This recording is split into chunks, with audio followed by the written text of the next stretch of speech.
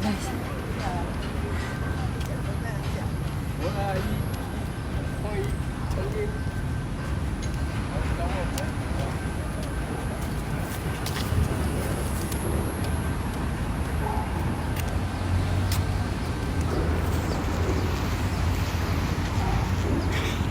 Kailangan ko na umuwi kasi baka hindi pumasok yun. Lagot ako. Kasi wala naman tulog yung kagabi eh. Kaya hindi yan pumasok sa work. Tapos hindi pa ako umuwi.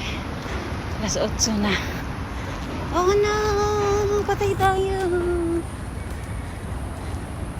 Patay kang bata ka, Jocelyn!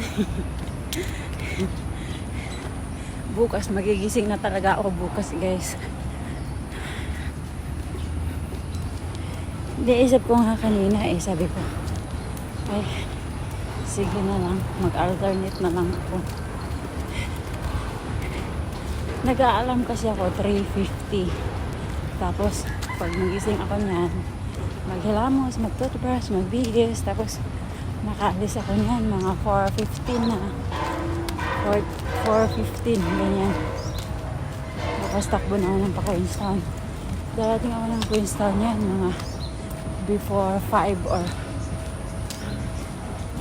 kailangan mga pinaka latest 5 o'clock ano na ako sa Queenstown.